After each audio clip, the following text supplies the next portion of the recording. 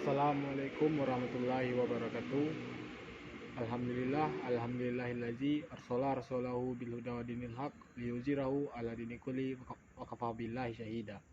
Asyhadu an la ilaha illallah wa asyhadu anna Muhammadar Rasulullah.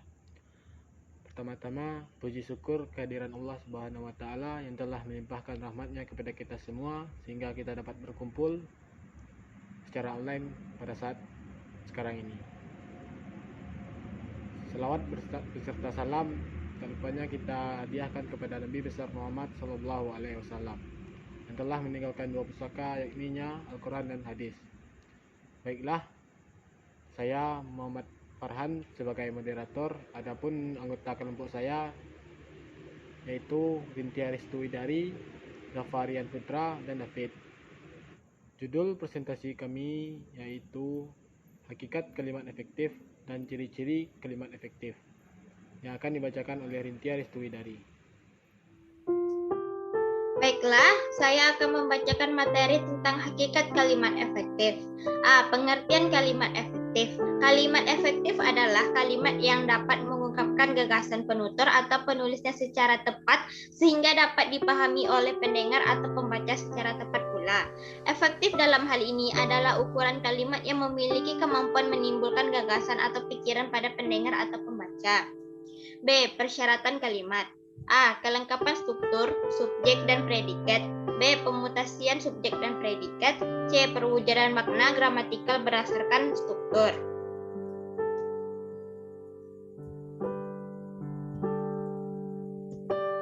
C. Syarat-syarat kalimat efektif. 1. Koherensi adalah hubungan timbal balik yang baik dan jelas antara unsur-unsur kata atau kelompok kata yang membentuk kata itu. 2. Kesatuan. Suatu kalimat efektif harus mempunyai struktur yang baik. Artinya kalimat itu harus memiliki unsur-unsur subjek dan predikat atau bisa ditambahkan dengan objek, keterangan, dan pelengkap yang bisa melahirkan arti yang merupakan ciri-ciri keutuhan kalimat itu. 3. Kehematan. Kehematan adalah kehematan dalam pemakaian kata, frase, atau bentuk lainnya yang dianggap tidak diperlukan. Kehematan tersebut menyangkut soal gramatikal dan makna kata. 4. Paralelisme atau kesejajaran adalah kesamaan bentuk kata atau imbuhan yang digunakan dalam kalimat itu. Jika pertama menggunakan verba, maka bentuk kedua juga menggunakan verba. Baiklah, itu materi yang saya dapat sampaikan. Saya kembalikan kepada moderator. Baiklah, selanjutnya presentasi yang akan dibacakan Zafarian Putra dan David. Baik, saya akan menjelaskan yaitu D. Unsur-unsur kalimat efektif. Unsur kalimat adalah fungsi sintaksis yang dalam buku-buku tata bahasa Indonesia disebut jabatan kata dan kini disebut peran kata dalam kalimat, yaitu subjek, predikat, objek, pelengkap, dan keterangan.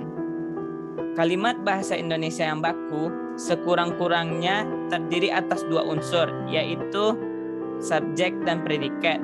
Unsur lain yang seperti objek, pelengkap, dan keterangan yang di dalam suatu kalimat dapat wajib hadir atau tidak wajib hadir atau tidak hadir sama sekali.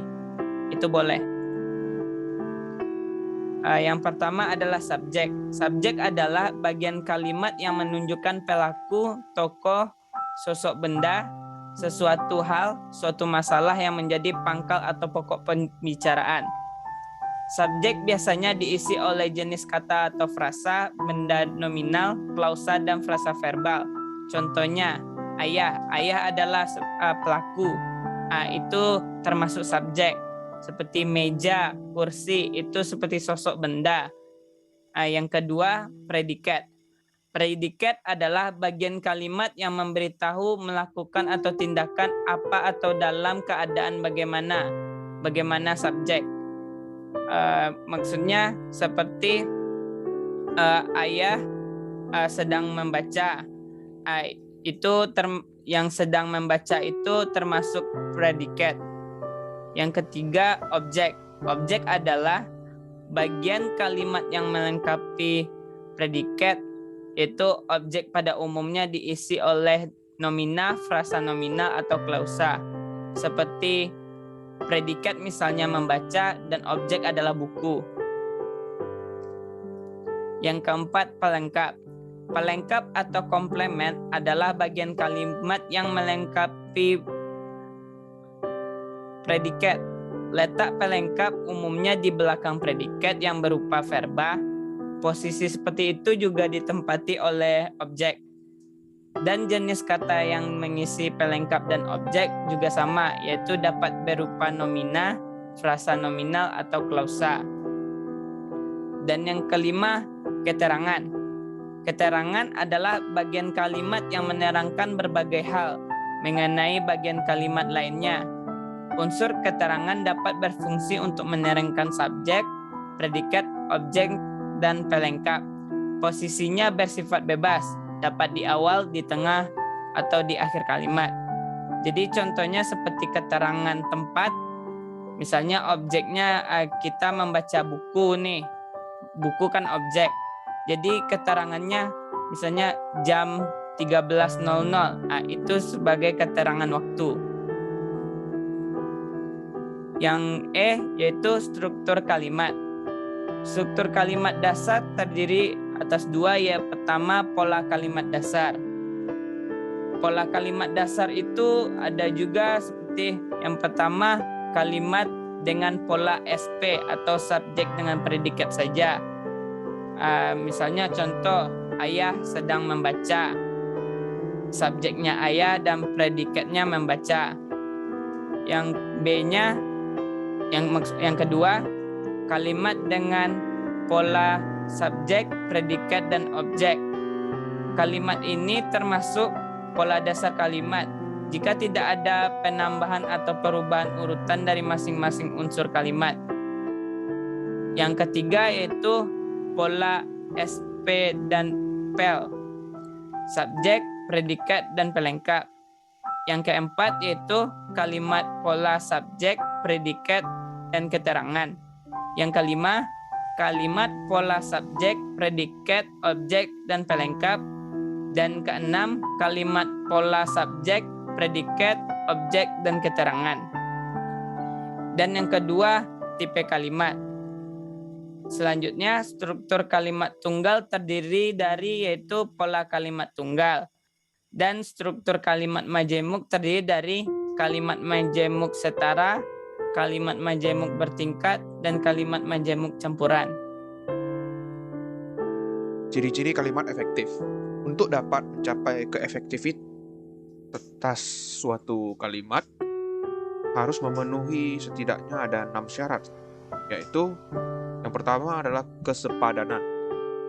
Yang dimaksud dengan kesepadanan ini adalah keseimbangan antara pikiran atau gagasan dan struktur bahasa yang dipakai. Kesepadanan kalimat ini diperlihatkan oleh kesatuan gagasan yang kompak dan kepaduan pikiran yang baik. Yang kedua adalah keparalelan.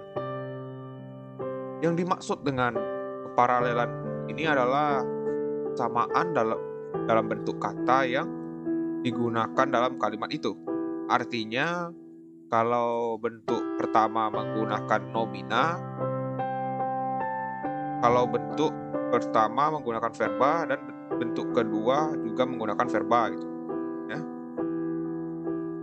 Selanjutnya pada syarat ketiga yaitu ketegasannya. Suatu perlakuan atau penonjolan pada ide pokok kalimat. Dalam sebuah kalimat ada ide yang perlu ditonjolkan. Kalimat itu memberi penekanan atau penegasan pada penonjolan itu. Ada berbagai cara untuk membentuk penekanan dalam kalimat. Lalu selanjutnya, syarat keempat adalah kehematan. Yang dimaksud dengan kehematan ini adalah dalam kalimat efektif adalah hemat mempergunakan kata, frasa, atau bentuk lain yang dianggap tidak perlu. Kehematan ini tidak berarti harus menghilangkan kata-kata yang dapat menambah kejelasan kalimat.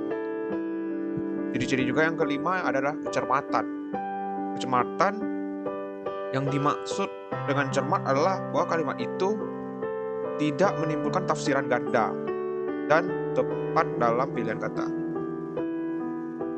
Ciri-ciri yang keenam yaitu kepaduan. Yang dimaksud dengan kepaduan ialah kepaduan pernyataan dalam kalimat itu sehingga informasi yang disampaikannya tidak terpecah-pecah. Dan yang ketujuh adalah kelogisan. Yang dimaksud dengan kelogisan ialah bahwa ide kalimat itu dapat diterima oleh akal dan penulisannya sesuai dengan idaan yang berlaku. Baiklah, karena video presentasi kami kali ini sudah selesai, saya sebagai moderator, apabila ada kesalahan kata, saya mohon maaf. Wabillahi taufiq wal hidayah. Wassalamualaikum warahmatullahi wabarakatuh.